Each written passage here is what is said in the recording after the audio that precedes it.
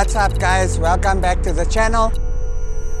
And on today's episode, we are going to be talking about one of my all-time favorite series from the BMW range, which is the E24 635CSi. And we were fortunate enough to have 3 beautiful examples to shoot today. But as always, if you guys want to see more, stay tuned.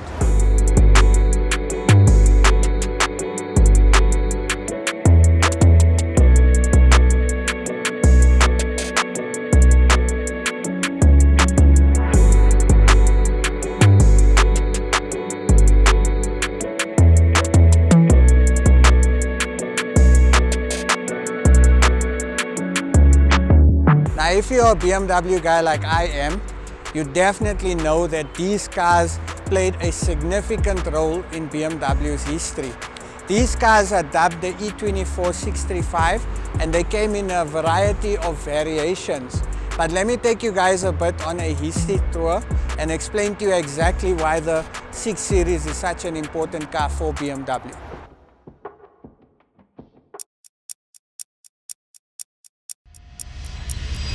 The BMW 635CSi is a classic luxury grand tourer that was part of the BMW E24 6 Series, produced between 1976 and 1989.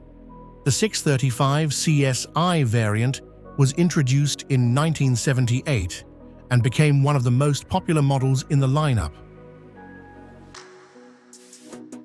The BMW E24 6 Series was introduced in 1976 as a successor to the BMW E9 Coupe.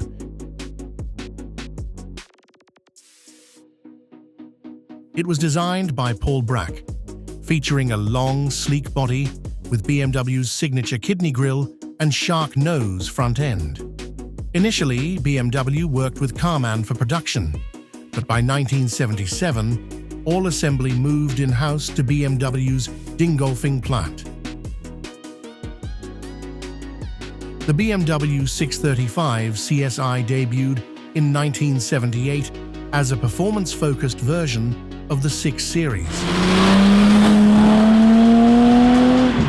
It was powered by the 3.5-litre M90 inline-6 engine, later replaced by the M30B34 and M30B35 engines. Early European models had 218 horsepower, while North American versions had 182 to 208 horsepower due to emissions restrictions. It featured a 5-speed manual or 4-speed automatic transmission. In 1982, BMW redesigned the E24 with improved aerodynamics, a revised interior, and a switch to the M30B34 engine. The European models were lighter and more powerful, while US models had extra weight due to safety and emissions equipment. Today, it's a highly collectible BMW, appreciated for its timeless design, smooth performance, and grand touring capabilities.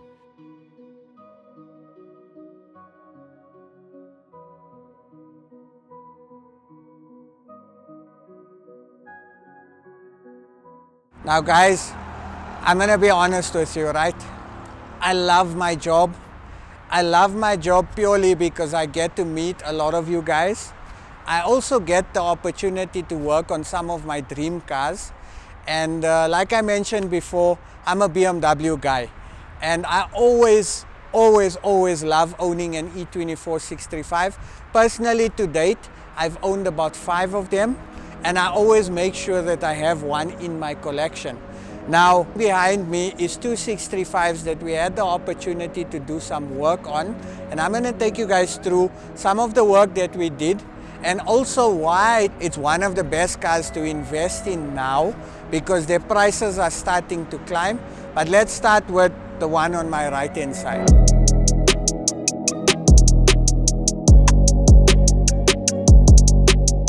Now, I was fortunate enough to meet up with this client who actually passed away now. It's sad though, and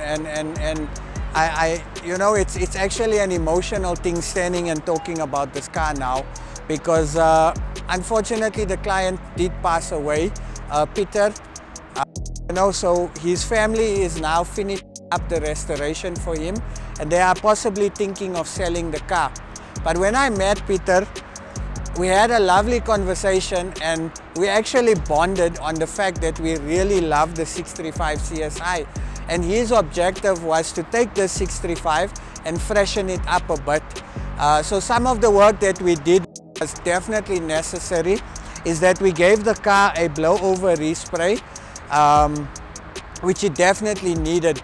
Overall, the car was in very good condition, so there was not a lot of work that needed to be done. So again, we started off with the respray, we fitted new badges on the car, and we kind of built the intention that he can enjoy the car. But unfortunately, like I mentioned, he did pass away. So I was fortunate enough, when I bought my 535, I bought a 635 donor car, which allowed me to be able to build or use some parts for this particular car. I was able to use some parts for that particular car. One more 6 Series that we're currently busy with. That car was a nightmare. I'll tell you, that car had so much wrong with it. The doors were rusted, the car was wrapped, the sunroof was rusted. So that car is in process of being built. But again, the donor car that I bought was able to supply parts for 3 different cars that we're currently busy with. And the reason why I'm mentioning that is because if you are thinking of restoring a 6 Series, let me tell you, you are going to struggle for parts, because a lot of the parts are no longer available from BMW.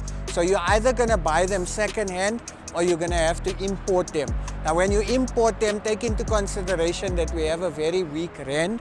So for me personally, because we restore a lot of 6 Series, it made sense for me to buy a donor car and use the parts for the cars here and be able to give the other cars some new life. We were able to get a beading set and fit the beading set on the car. Now as it stands, the car is 95% complete. We still got to do our quality check, align the car a bit better. Now the reason why we chose to shoot the 3 is because the silver one is actually leaving tomorrow morning. But that car, we didn't do much work to it, but I'll take you through that car. So we thought it's an opportunity to shoot the 6 Series. When do you get an opportunity to see 3 different styling cues on a 6 Series? So like I said, 90 to 95% done. We still got to align the bonnet, still got to align the fenders and do our final alignment. So some of the other work that we did do on the car was we sorted out the braking system. We were able to do the shocks. And then of course, we needed to do the interior on the car. So the previous interior color wasn't doing this car justice. So we decided to wrap the seats in black leather, wrap the center console, the under dash cover, and basically do a color change to accommodate the new interior. We also did the carpets and the roof liner. And one thing that we struggled with was the sunroof was non-functional. So the donor car that I bought had a complete sunroof which was functional. So we basically took parts from that car, put it on this car, and now the sunroof is fully functional. We also decided to add this famous 635 boot spoiler. And in terms of mechanical work, we gave the car a nice service. We checked through all the electricals, and then we reconned the fueling system. Now what makes this car so special is the mileage. So the mileage is sitting on 105,000. It's a very rare color. It's also got the dogleg gearbox. Now the dogleg gearbox is the 1-pound gearbox, which came in the E12 535s. Not all of them, but a lot of them came with the 1-down gearbox, and the 333, to name a few. Stunning vehicle. First time I've ever come across a blue 635 CSi.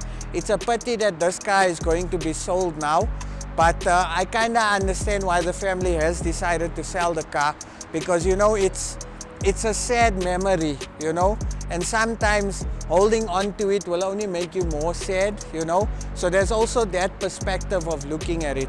So overall, happy with the way the car turned out. There is a few additional stuff that I would have liked to have gotten done. But again, the car is being sold. If they were keeping the car, I would have suggested to do a lot more. Now the objective was to get the car in a decent sellable condition, and I definitely think we achieved that. But my heart is sore because, you know, for the short time that I knew the client, I really enjoyed his company, he really loved his car, and we got to share and create a bond over this special car. And again, I always say that's what cars are about. Cars are not just cars to take you from point A to point B. It's time traveling, it allows you to connect with people, and it allows you to create that bond, and that is why I love cars as well, you know. So condolences to the family. I wish you all the best during this difficult time. And again, thank you guys for the opportunity for allowing us to work on this beautiful car. Let me take you guys now to the Silver Surfer. Two steps, to the right, to the right, to the left. I got real in here. Everybody put your fingers in the air. Now, I like bagged cars. And I don't like bagged cars, I love bagged cars. You guys know that, right? But if I am to get another 635 one day, this is kind of the look I would go with. Because the thing is with a bagged car, I don't know why I don't drive my bagged cars, but I feel like a bagged car is a nice car to take to a show, slam, and that's it, you know. But this is the type of car that you are able to jump in and cruise and have a good time while cruising. So we were approached by the client to sort out the gearbox on this car, or actually to do a manual conversion because the current auto gearbox is not functioning correctly. So the client opted for us to do a manual conversion. So the car was dropped off with the intention of us doing a manual conversion, and then the client changed their mind to say that we must try and repair the auto box. Now I'm going to tell you something, an auto box is a nightmare to repair and it's super expensive. So with the 635 donor car bought, I managed to buy a 735 manual, which is super rare. So that complete manual system was going to go into this car, but then the client changed their mind. So I ended up selling the manual conversion to Dave Robinson, who's also a legend in the BMW game. And the client came back to me and said, okay, let's go back to doing the manual conversion. Unfortunately, Mr. Client, manual conversion is sold because those parts are super scarce and super rare, so you don't find them. So anyway, the work that we needed to do on the car was we changed the front spoiler to the M-Tech front spoiler. As you can see, there's a difference. This is your standard 6 Series spoiler. This is your M-Tech front spoiler. Look at the difference. Personally, I feel every 6 Series should have this front spoiler on. Now, we were lucky. I bought the last 2 spoilers from BMW South Africa, and I put them on my car, and I put it onto my black 633CSi. Now, again, last 2 spoilers can't get item. We decided to make a mold out of fiberglass so we're able to replicate the spoilers. So we used our mold and we made a replica spoiler of the original spoiler. You guys can see the difference. No difference unless you touch it and you know your cars. So we fitted the front spoiler and we reconned the braking system on the car.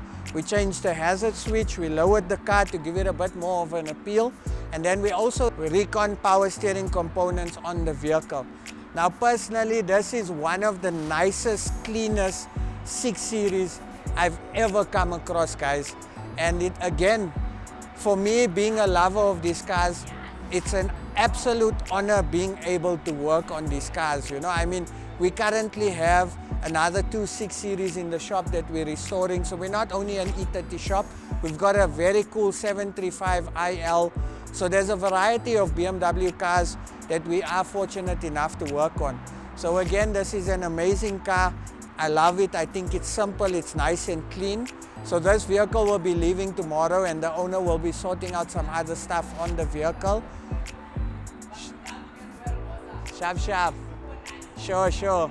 Sharp. Some fans. So again, amazing opportunity. I mean, guys, where else can you go to see 3 different styling cues on the 6 Series? We got the bone stock. We got a little bit of flavor on the car. And then we got the custom and the bagged one. So I want you guys to comment down below. Which one do you like? Comment down below. I'd love to hear your thoughts. Do you prefer bone stock 6 Series? Do you prefer something with a bit of flavor? Or do you prefer something that's totally custom? I really prefer anyone. As long as it's a 6 Series, I don't mind. And again, it's such an opportunity to showcase these 3 beautiful, amazing 635 CSIs, which have been super iconic and played a massive role in BMWs, as you guys heard previously. So I want to thank our loyal clients for giving us the opportunity, and most of all I want to thank you guys for encouraging us to keep going and showcasing our passion and our love for cars. Shout out to all you champs that are commenting, interacting with us. We love you guys. Stay safe, be humble, and remember, if you don't have nothing nice to say, rather keep quiet. Chip Moosa, I'll catch you guys on the next episode. They saw it. You all had the same figment. What did it look like? It was standing up there still, Just suspended in space. with colors coming out of it.